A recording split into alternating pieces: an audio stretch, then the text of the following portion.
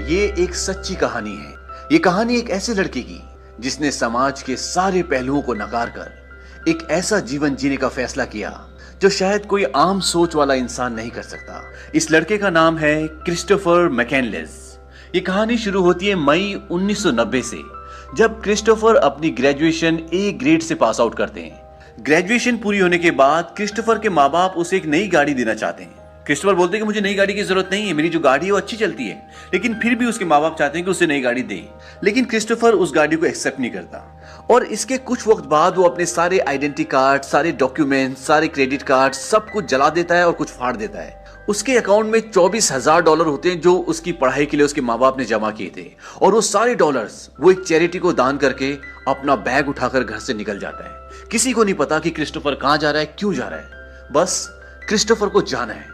दरअसल क्रिस्टोफर का दिल अपने माँ बाप के रिश्तों की वजह से, उनसे मिले कम प्यार की वजह से कहीं न कहीं इस दुनिया से भर चुका है, और इसीलिए वो अपनी गाड़ी उठाता है और अपनी सारी पहचान को, अपनी पुरानी जिंदगी को पीछे छोड़कर किसी ऐसी जगह जाना चाहता है जहां उसके आसपास कोई ना हो, जहां उसे कोई ना जानता हो। अब अपने सफर में निकलने के बाद वो रात को अपनी गाड़ी एक जगह पार्क करता है और वहां पे सो जाता है, और ये एरिया फ्लडेड एरिया होता है। रात को जब वो सो रहा होता है तो फ्लड आता है और उसकी गाड़ी उस फ्लड में फंस जाती है और उसे अपनी गाड़ी वहीं छोड़कर आगे का सफर तय करना पड़ता है। लेकिन उस सफर में निकलने से पहले वो अपनी गाड़ी की नंबर प्लेट निकाल देता है ताकि कोई पहचान ना पाए कि ये क्रिस्टोफर की गाड़ी है, और उसके पास जितने भी डॉलर होते हैं वो सब जला देता है। अब क्रिस्टोफर के पास कुछ भी नहीं है तो उसके सपने, उसका विजन और उसका एक बैग। उसके आगे के सफर में ये दिखाते हैं कि क्रिस्टोफर अब लिफ्ट मांगकर अपने आगे का सफर तय करता है, क्योंकि ना उसके पास गाड़ी है और ना पैसे। उसका जहां मन करता है वहां सो जाता है, जहां मन करता है वहां जाता है, मानो उसने इस पूरी दुनिया को अपना घर समझ लिया हो। और अब उसने अपना नाम भी बदल लिया। उसका नया नाम है अलेक्जेंडर सुपरट्रैम्प। और इसी सफर में उसकी एक कपल से मुलाकात होती है। ये एक हिप्पी कपल होता है। इनका नाम है रैनी और जैन। ये क्रिस्टोफर को, जो अब अलेक्जेंडर बन चुका है, उसे अपनी गाड़ी में लिफ्ट देते हैं और उसे बोलते हैं कि हम भी तुम्हारी तरह हैं, बस फर्क ये है कि तुम पैदल सफर करते हो और हम गाड़ी से। इसके बाद क्रिस्टोफर कुछ दिन इन्हीं के साथ रहता है और एक दिन रेनी उसे बताता है कि जैन और मेरे बीच में रिश्ते अच्छे नहीं है। दरअसल वो अपने पास्ट से, अपने अतीत से बाहर निकल ही नहीं पाती। उसके कहने का मतलब ये था कि जैन का इससे पहले, यानी कि मुझसे पहले जिससे रिश्ता था, उसने इसे छोड़ दिया था, ये इसे धोखा दिया था, और इसीलिए आज भी ये अपने अतीत में रहती है। वो बताता है कि जब तुम हमें मिले थे तब भी हमारे बीच में लड़ाई झगड़ा हो रहा था, लेकिन मैं जैन से बहुत प्यार करता हूँ। क्रिस्टोफर बोलता है कि कुछ लोग अपने आप को प्यार के लायक ही नहीं समझते और इसीलिए वो एकांत में चले जाते हैं, शायद अपने अतीत की दरारों को भरने के लिए। रेनी क्रिस्टोफर को बोलता है कि अरे वाह, तुम तो बड़े समझदार हो, तुम कोई बाबा वाबा तो नहीं हो।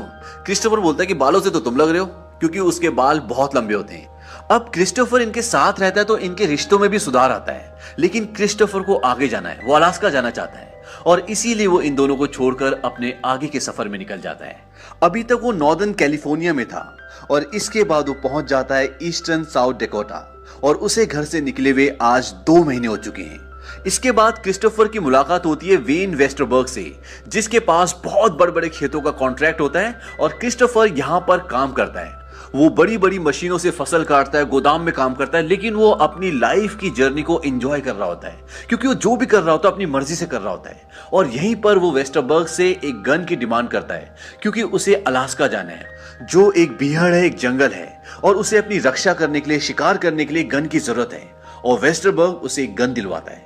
इसके बाद वेस्टरबर्ग को किसी वजह से पुलिस पकड़ लेती है और क्रिस्टोफर का वहां तक का सफर भी खत्म हो जाता है, और यहां से क्रिस्टोफर आगे निकलता है। अब क्रिस्टोफर ये तय करता है कि वो कोलोराडो नदी को पार करेगा, लेकिन उस नदी को पार करने के लिए परमिशन की जरूरत होती है, जो क्रिस्टोफर के पास नहीं होती, और वो परमिशन लेने के लिए जाता है, लेकिन उसे परमिशन नहीं मिलती। वो बोलते कि तुम अपना वेटिंग लिस्ट में नाम लिखवा दो और जब तुम्हारा नंबर आएगा तब तुम जा सकते हो। और जब क्रिस्टोफर वेटिंग लिस्ट देखता है तो उसका नंबर 12 साल बाद होता है। वो कहता है 12 साल इंतजार करना पड़ेगा नदी पार करने के लिए? वो कहते हैं कि हाँ। इसके बाद क्रिस्टोफर बिना परमिशन की नदी में कूद जाता है, यानी कि नदी में उतर जाता है अपनी नाव के साथ, और जब वो आगे जाता है तो उसे कपल मिलता है। वो उसे बताते हैं कि तुम इसी नदी के सहारे मैक्सिको भी जा सकते हो। तभी वहां से पीछे पुलिस आ जाती है जो उसे पकड़ना चाहती है, और क्रिस्टोफर वहां से निकल जाता है और वो उस नदी के सहारे सीधा मैक्सिको पहुंच जाता है। लेकिन मैक्सिको पहुंचने से पहले उसने रास्ते में बहुत वक्त बिताया होता है। उसे गुफा मिलती है और उस गुफा में वो 36 दिनों तक रहता है, और वहां रहकर वो जिंदगी को, नेचर को बहुत करीब से देखता है।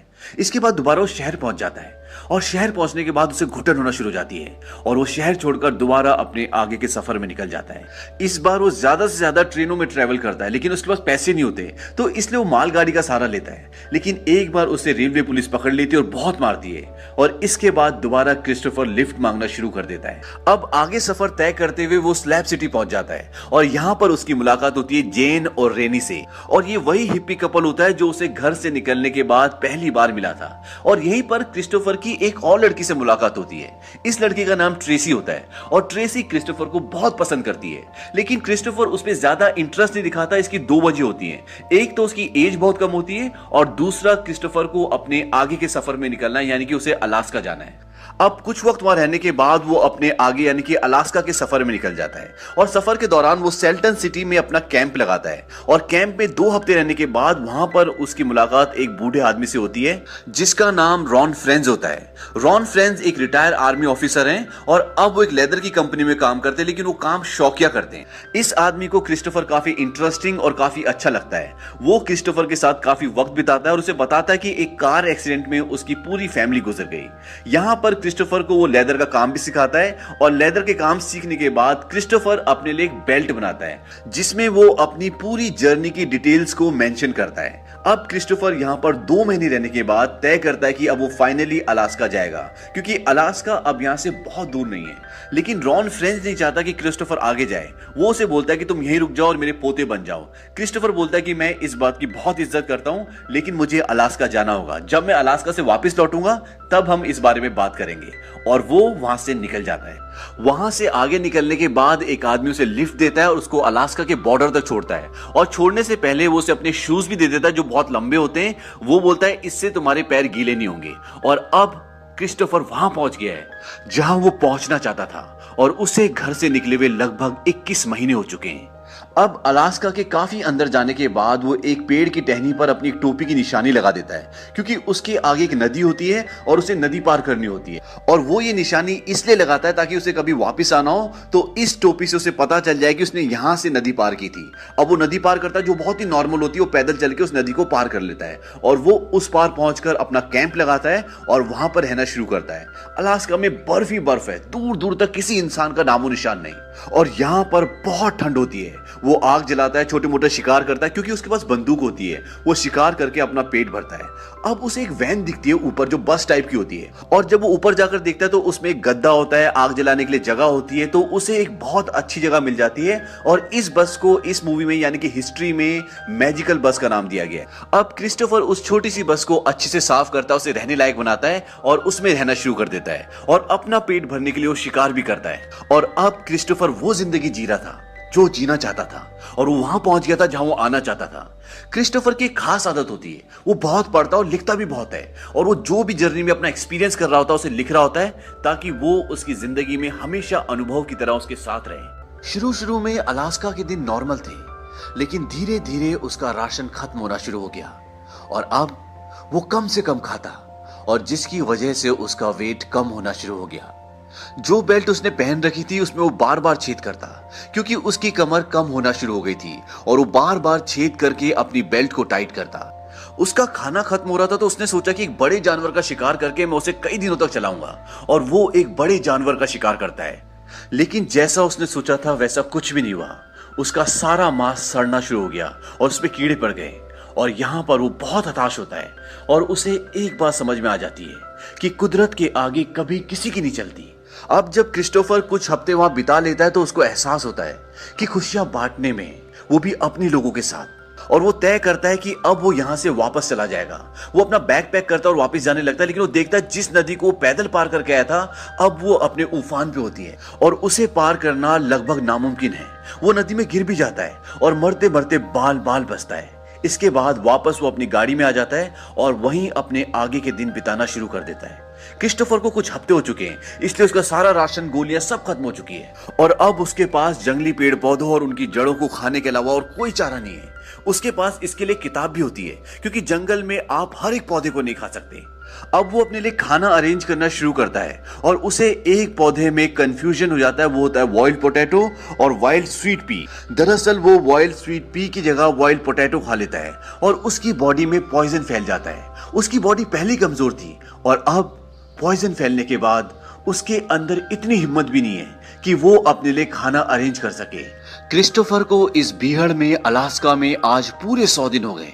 वो जो चाहता था उसने कर लिया, लेकिन अब वो बहुत कमजोर है और पॉइजन की वजह से वो धीरे धीरे मर रहा है। लेकिन अभी भी वो अपने थॉट्स लिखता है और अपनी जिंदगी के आखिरी दिनों में वो एक थॉट लिखता है, happiness only real when shared. और जब क्रिस्टोफर को एहसास होता है कि ये उसकी जिंदगी का आखिरी वक्त है, तो वो अपने स्लीपिंग बैग के अंदर लेट जाता है, अपने माता पिता को याद करता है और इस दुनिया के लिए एक नोट लिख कर जाता है जिसमें लिखा होता है, I have had a happy life and thank the lord, good bye and may God bless all. और 6 सितंबर 1992 को क्रिस्टोफर की आंखें हमेशा के लिए बंद हो गई। इस पूरी बायोग्राफी से हमें ये सीख मिलती है कि जिंदगी अपनी मर्जी से जरूर जीनी चाहिए, लेकिन अपनों के बिना जिंदगी जिंदगी नहीं होती। अपने लोग गलतियां करते हैं, लेकिन इंसान ही गलतियां करता है और एक इंसान का फर्ज है कि वो दूसरे इंसानों की गलती को माफ करे। गलती का नाम तभी गलती है क्योंकि वो गलती है।